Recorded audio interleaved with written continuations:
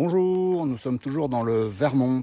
Aujourd'hui, épisode 3 de la vie de nomade dans le Vermont. Nous sommes à Little River State Park. Et Little River State Park n'a rien de petit, croyez-moi. Le lac est absolument gigantesque. Et nous sommes début juin. Et comme vous pouvez le voir derrière, les nuages sont encore bien présents. Mais le vert de la forêt est celui de l'été.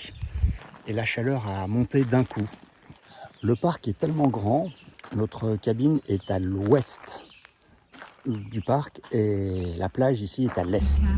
Et vous avez un trajet de 20 minutes. Ça vous donne la notion de la grandeur de ce parc qui est magnifique. Un jour vous faites du camping dans le Vermont, je ne saurais trop vous conseiller de louer ce genre de cabane. Ça coûte 50 à 60 $ par nuit. Parce que les conditions météo parfois peuvent être vraiment brutales. Et une tente avec un double toit sous les averses du Vermont, je vous garantis que ça se transforme en éponge.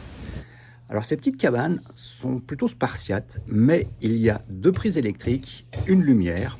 Donc vous pouvez faire chauffer votre café le matin avec une bouilloire ou une cafetière électrique. Quant au repas chaud, si vraiment vous voulez un repas chaud, vous avez le feu à disposition et vous pouvez acheter un tas de bûches pour 6 $.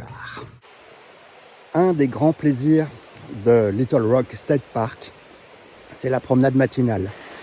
On est juste à côté d'une petite rivière, on a le bruit de l'eau et cette petite rivière est entourée d'arbres et d'hectares de fougères.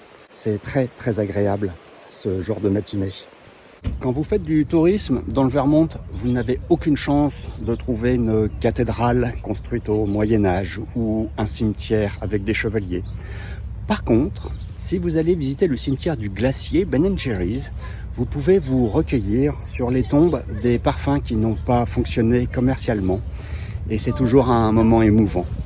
C'est ici que l'épisode numéro 3 de Little River s'arrête.